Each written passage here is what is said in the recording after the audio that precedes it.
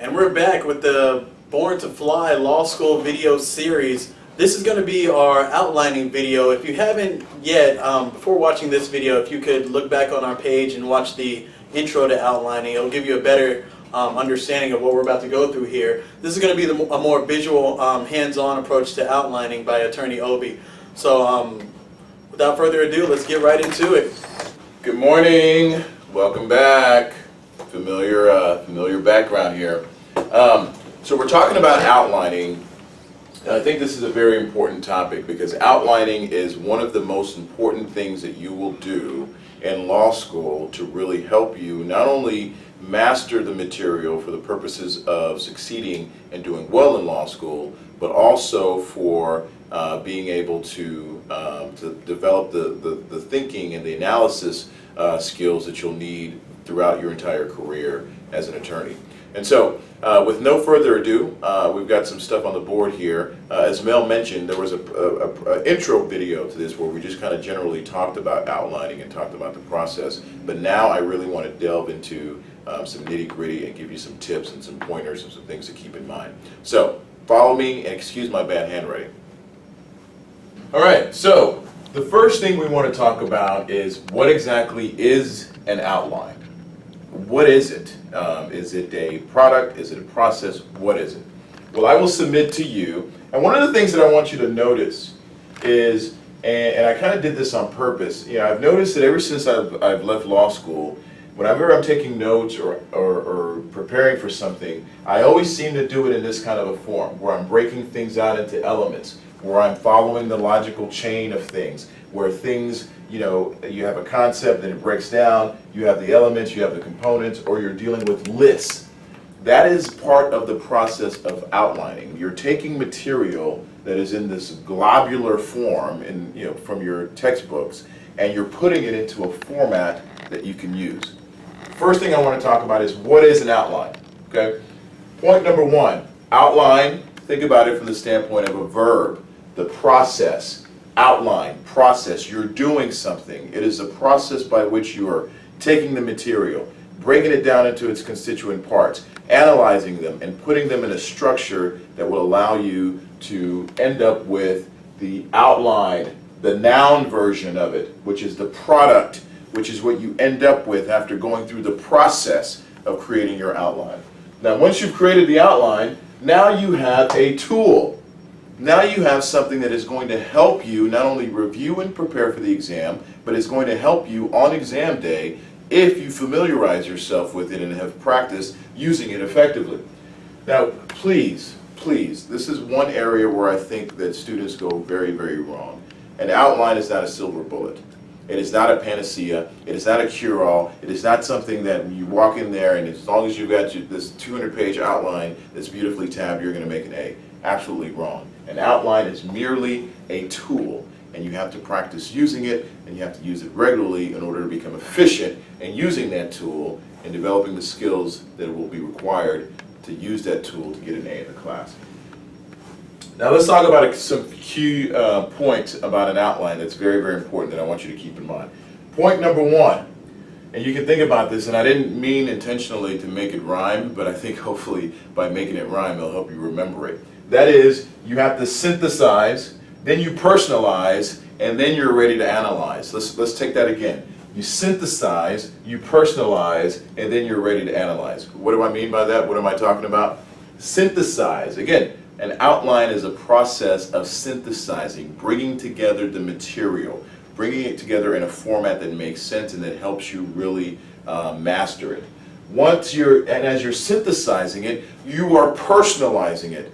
The outline should be yours. It should be an outline created by you. Mel, when you go off to school, I don't ever want you to fall victim to the fallacy of, oh, I've got this great outline. It's the Bible. It's the outline that's been passed down from generation to generation. It's awesome. It has every single word, even the professor's coughs in it. That's not what you need. You need something that is personal to you because only you have your thought process. Only you digest material the way that you do. And so you can't take something that represents somebody else's intellectual and analytical thought process and framework and think that that's really going to help you master the material at the level that you need to get a great grade. And then you have to analyze. Because what is an outline? An outline is just walking you through a step and developing the skills that you need to analyze these issues on an exam. So again, when you have your outline, you have to think about it in these three components. Synthesize the material. You're taking the material daily, weekly, topically, monthly, however it is that you do it. You want to do it as often and as early as possible. Then you are personalizing it. You're giving it your voice. You're giving it your thought process. You're putting it in a format that works for you. And then you're ready to analyze. All right? So those are the three keys of outlining. Synthesize, personalize, analyze. Got it? All right. I want to stop here again, and I want to talk, and I want to, if I can't stress anything more, and anything that's probably more, as I talk to students, especially after first semester, and they come to me and they talk to me and they say, hey man, I didn't do as well as I wanted to first semester. I want to do better second semester. When I'm asking them the inventory, every single time when I ask the question, did you outline for all of your classes? The answer that I get is, no, I found this really killer old outline and I just studied it real hard. Oh, I bought this commercial outline and I just studied it really hard. That, my friends, is what I'm warning you of. Be wary of old outlines, okay? Be wary of commercial outlines. Be wary of all these other books. There's a whole billion-dollar industry that does nothing more than try to convince law students of study aids and study guides that you really don't need on a certain level. Now, I'm not saying don't use them.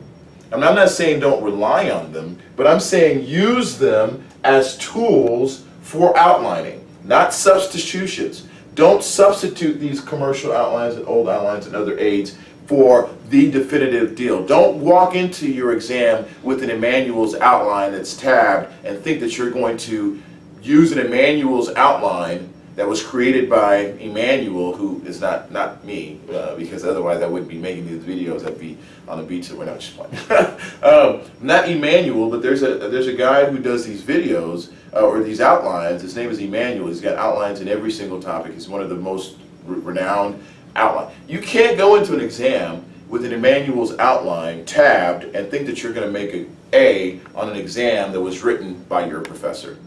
Your professor wrote that exam. That's an Emmanuel outline. There's a disconnect there. You're not going to make an A on an exam written by a professor using a commercial outline. It's just not going to happen unless you're brilliant, and you very well could be. I wasn't, and so I didn't take that approach. So again, old outlines, commercial outlines, other aids. Use them as tools for outlining, but do not use them as substitutes for what it is that you're supposed to do. Okay? All right, so now let's talk a little bit about the exam connection. Everybody's telling me, well, I don't have time to work on these outlines. I need to be studying for my exam. You're telling me I need to spend hours and hours and hours outlining, but man, I've got to study for my exams. Let me tell you something. There is no more effective study practice or no more effective preparation that you'll get for the exam than outlining. Because what outlining helps you do is it helps you understand the basic law. It helps you understand the elements. It helps you understand the analytical process that you're going to have to apply on your exams and the fact patterns. And it really helps you and prepares you for that. So there's no other way that you're going to make a good grade without going through the outlining process. How does outlining specifically fit into the exam deal? Well, let's talk about it. Information management. Tons and tons and tons of information. If you haven't been outlining and you start reviewing in November, I hope that you have a very strong sense of mind, because you will probably lose it once you realize the massive amounts of material that you now have to cover in a 1 month period. And that's just for one class, and then multiply that by 6, okay? Information management. It forces you to periodically review. Outlining is another way to force you to periodically review, where you're touching the material, you're experiencing the material, you're going through the material on a regular and consistent basis. The other thing is that it helps you master the material. It's by going through the outline and thinking through every aspect of the outline, and not just mindlessly reviewing the outline, right? You don't just sit there and read your outline like you're reading a novel. You're reading it critically. You're asking yourself, What is it? What does this mean? How does this fit into the analysis? Well, how is this going to come up on the exam? How am I going to use this information on the exam? How do I, that's the type of thought process you're doing as you're reviewing your outlines.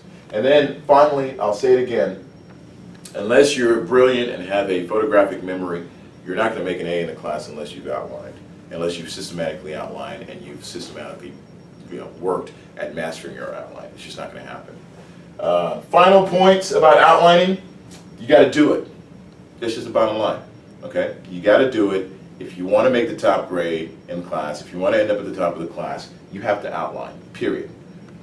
Do it early and do it often. Start outlining the first week of class. People think, hey man, that's super aggressive. Let them kind of ease into the process. No, if you want to make an A, if you believe that you are destined and born to fly in the legal profession, right? Because that's what we're talking about when we talk about born to fly. We're talking about exemplifying that spirit of reaching your goals and taking it to the next level. And if you believe that you were born to fly, and that you're going to soar to the heights of the top of the class, then I submit to you, my friend, you will start outlining the first week of class. Get yourself ready, get into that system, get into the process, get into the habit, okay? Finally, if you do all those things, it'll help you win. And when I say win, it'll help you get the grades that you need. It'll help you prepare. You'll walk into the exam feeling confident. There's no exam that I've ever gone into where I've been nervous. And that's not hubris, and that's not me being conceited, but that's a product of I've gone through the material so many times. I've mastered the material, I've outlined, I've practiced my material, that on the day of the exam, I have nothing else to stress. Because I know that I've done everything that I can do, I put the rest in God's hands, and I go in and I take the exam. And that's what you need to do. So, again, thank you for tuning into this outlining series. Outlining, again, is extremely important, probably one of the most important things that you can do in law school to get to the top of the class. As always, send us your questions or comments, and we look forward to seeing you in the next video. Thank you. Take care.